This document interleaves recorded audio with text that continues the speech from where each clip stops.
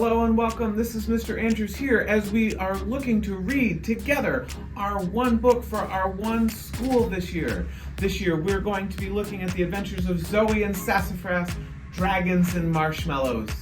Each night I will be posting a video as we read through our book and going on these fun adventures together. Chapter 11. What should baby dragons eat? Marshmallow was sleeping when I got to the barn. I filled up his water dish and quietly sat near him. What foods would be healthy for a baby dragon? Mom had said that studying normal animals that might be related to the magical creatures had helped her before. Like when she had a winged fox that was sick. She read about foxes and birds to figure out what to do. I ran to my bookshelf. My eyes quickly scanned the books. Bingo! I grabbed Care and Feeding of Reptiles from the second shelf.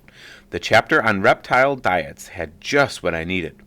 Your pet reptile is either a carnivore or an omnivore, or a herbivore, and should be fed accordingly.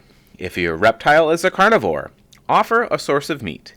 Some carnivorous reptiles prefer animal meat, such as mice or fish. Other carnivorous reptiles prefer smaller sources of meat, such as earthworms or crickets. If your reptile is an herbivore, offer a plant source, such as leafy greens or vegetables. If your reptile is an omnivore, it will eat some meat foods and some plant foods. There is no time to waste. I needed to figure out whether Marshmallow was a carnivore, an herbivore, or both, an omnivore. As I ran to the house for supplies, I pushed down my worries. I had to believe that this experiment would help. Hang on, baby dragon. Chapter 12. Carnivore? Omnivore? I darted around the kitchen. I needed some kind of animal meat. I opened the fridge. Yes! I'd forgotten that Dad had gone fishing with his friends a few days before. He always saves a few of the smallest fish as treats for Sassafras. I grabbed 2 fish. Hey, Sassafras, can you share one of these with Marshmallow? Sassafras stared at both fish and meowed loudly. He grabbed one, dropped it in the food bowl, and took a bite. That left me with 1 fish. I figured that counted as permission to share it with the baby dragon.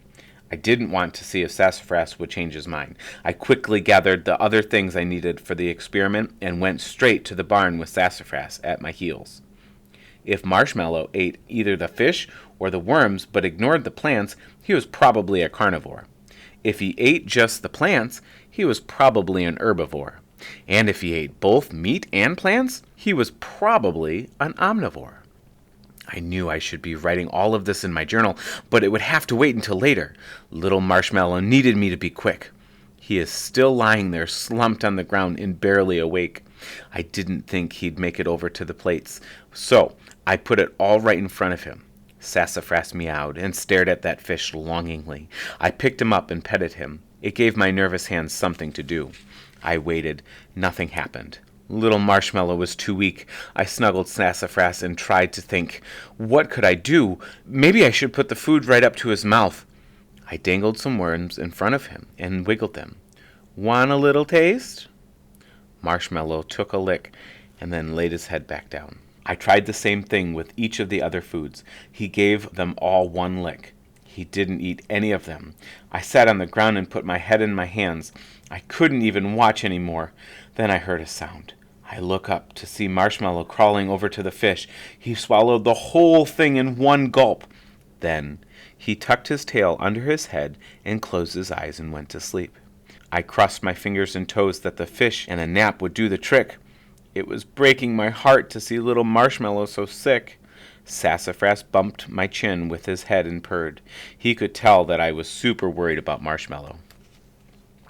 I decided to read through the rest of the reptile book, just in case there was something I missed.